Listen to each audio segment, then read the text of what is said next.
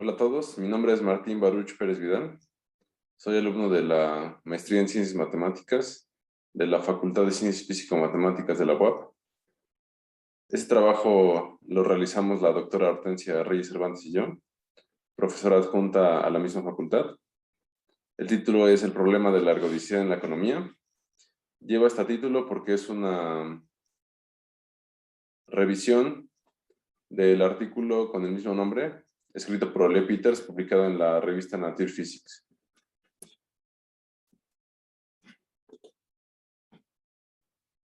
Esta es nuestra tabla de contenidos.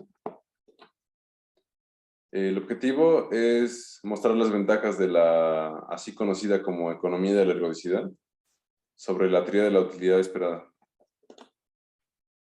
Antes de empezar con los términos propios que vamos a tratar, vamos a hacer una introducción a la teoría ergódica para poder entenderlos de una mejor manera. Consideremos un sistema dinámico omega TD, donde omega es el espacio sobre el que se desarrolla el proceso dinámico, T es el espacio de tiempos, en su forma más general es un monoide, pero usualmente son los enteros o los reales, y D es la función que determina la dinámica del sistema. Es decir, es una función que toma como argumento parejas de tiempos y elementos del espacio-fase. Es tal que en el tiempo cero no mueve los elementos del espacio-fase, y es lo mismo aplicar esta dinámica, S unidades de tiempo y luego T unidades de tiempo, que S más T unidades de tiempo. Podemos agregar propiedades omega, de tal manera que queden delimitados nuevos objetos de estudio y resulten modelos para describir procesos. Estamos interesados en particular en considerar omega como un espacio de medida, omega mu. Esto nos permitirá modelar la dinámica de sistemas con incertidumbre. Consideremos que tenemos un sistema dinámico, omega TD, y además consideremos que omega mu es un espacio medible. El espacio omega t de mu es llamado sistema dinámico que conserva la medida si la función de fijado un tiempo vista como función de omega omega es medible para cualquier t en el espacio de tiempos, y para cualquier a subconjunto de omega medible, la medida de la función inversa de esta función d con un tiempo fijo es igual a la medida de a. Es importante que se conserve la medida porque de otra manera estaríamos cambiando esencialmente el problema. La teoría ergódica estudia este tipo de sistemas que se llaman sistemas que conservan la medida. Un ejemplo natural, y el que se trabaja más usualmente, es considerar que omega consiste en realizaciones de un proceso estocástico y considerar que D es la traslación de todas estas realizaciones de unidades de tiempo.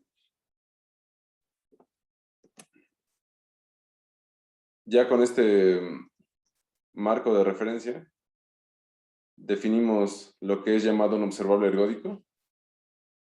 Un observable es llamado ergódico si su promedio temporal es igual a su esperanza. Es decir, que se cumple la igualdad que vemos en la diapositiva. El límite cuando t tiene infinito de 1 entre t, de la integral de 0 a t de f de omega de t de t, debe ser igual a la integral de este f con la medida en el espacio muestral. Aquí debemos notar que f está tomando a la vez como argumento a omega y como argumento a omega de t. Ese es un abuso de notación en realidad. En la parte izquierda, la forma más adecuada sería considerar f de d en t como omega. Y hay que observar también que en la parte izquierda, omega cumple el valor de no ser fijo. Cumple la propiedad de no ser fijo. Entonces, en realidad en la parte izquierda estamos hablando de una función medible o una variable aleatoria, y por eso esta igualdad debe ser casi segura. Aquí podemos visualizar cómo el promedio temporal es otra forma de recurrencia de un sistema dinámico. Resulta ser que la ergodicidad fue introducida como una herramienta poderosa en mecánica estadística de equilibrio y describe efectivamente el comportamiento de los gases. Por ejemplo, una hipótesis usual es que la esperanza de la velocidad de una partícula es igual al promedio temporal de la velocidad de esa partícula. Sin embargo, reformular los conceptos ergódicos en economía hace que surjan cosas interesantes. Resulta ser que en un punto crucial de los fundamentos de la economía, se asumió que los observables económicos siempre son ergódicos. Sin embargo, para la toma de decisiones económicas, uno se fija en la dinámica que estas decisiones económicas implican. Asumiendo incorrectamente la ergodicidad, la riqueza es cambiada por su esperanza antes de que el crecimiento sea registrado, y como la riqueza no es ergódica, surgen predicciones sin sentido. Un ejemplo es el de una apuesta simple. Toda decisión que hagamos puede ser modelada como una apuesta.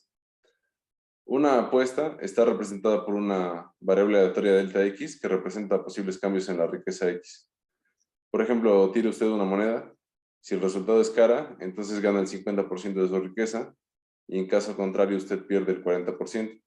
Esta apuesta queda representada por la variable aleatoria delta X que vemos aquí.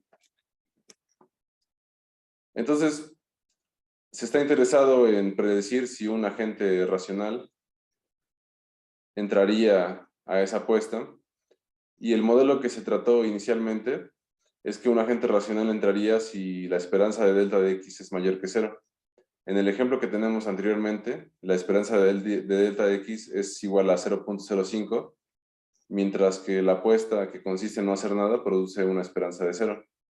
Y, por lo tanto, el modelo anterior predice que la apuesta sería aceptada. Sin embargo, el comportamiento de esta apuesta no es favorable en general. Si nombramos como X de n a la riqueza después de haber jugado esta apuesta n veces, tenemos que X de n puede ser expresada en esta forma, donde P sub 1 de n es la proporción de veces que se ha ganado hasta la iteración n de la apuesta. P sub 0 de n es la proporción de veces que se ha perdido hasta la iteración n de la apuesta, y X0 es la riqueza inicial. Tomando el límite cuando el número de iteraciones tiende a infinito, tenemos que el límite de las proporciones es igual a un medio, tomando en cuenta el enfoque frecuentista de la probabilidad. Y notamos que el término que aparece elevado al límite cuando n tiende a infinito es similar a 0.95, de tal manera que el comportamiento de esta apuesta tiende a 0 con seguridad. Y bueno, de hecho lo podemos ver en una simulación.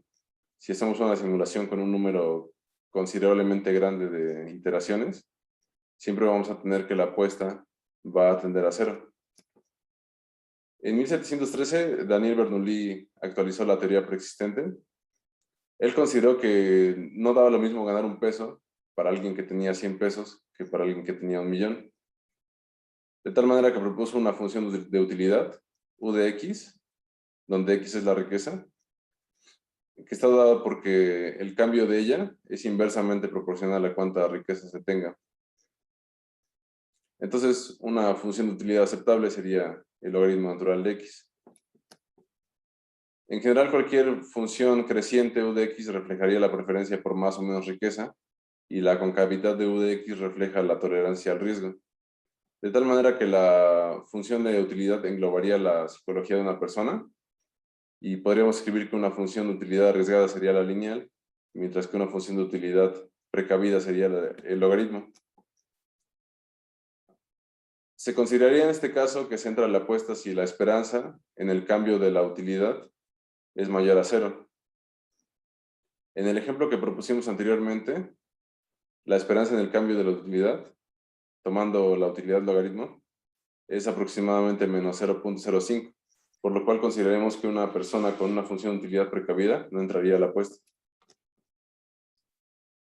Ahora vamos a cambiar de contexto. Vamos a agregarle dinámica a las decisiones financieras.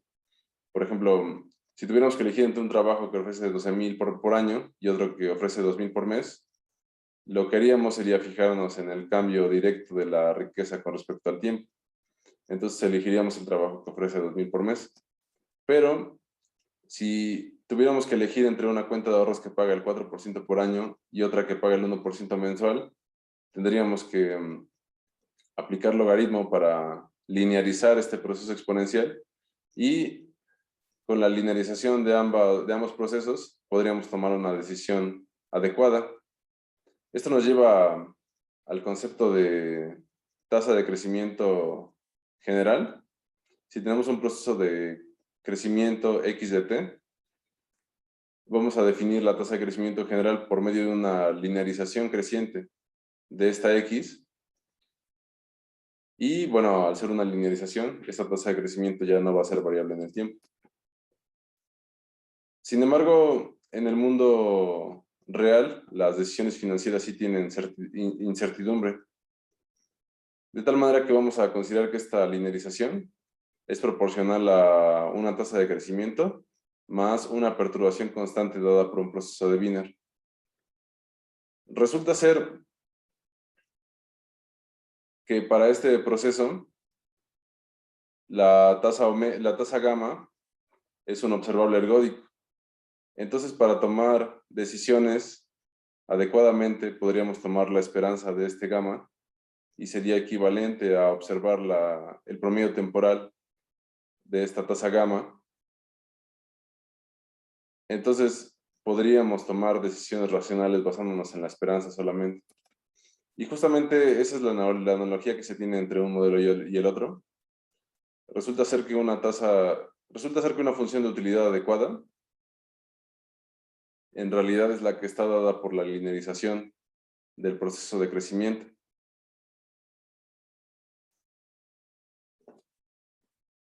Y bueno, por eso mismo resulta que si tomamos unos parámetros que produzcan una esperanza positiva con la tasa de utilidad adecuada, el comportamiento de la apuesta siempre va a tender hacia infinito. La teoría de la utilidad esperada es defectuosa porque solo tiene restricciones psicológicas, y si quisiéramos aplicarla más precisamente, esto sería muy difícil. En cambio, la economía de la ergodicidad, que es aquella que toma en cuenta que se elige la mayor tasa de crecimiento observada, cambia esto por una perspectiva que podríamos llamar física. Como conclusión, tenemos que considerar el aspecto dinámico en las decisiones económicas era una acción que debía ser tomada para estar más cerca de modelar adecuadamente el comportamiento económico, y la economía de la ergodicidad parece prometedora de cara al futuro. Agradecemos mucho su atención y agradecemos especialmente a la doctora Beatriz Rumbos Pellicer por habernos introducido a estos temas. Muchas gracias.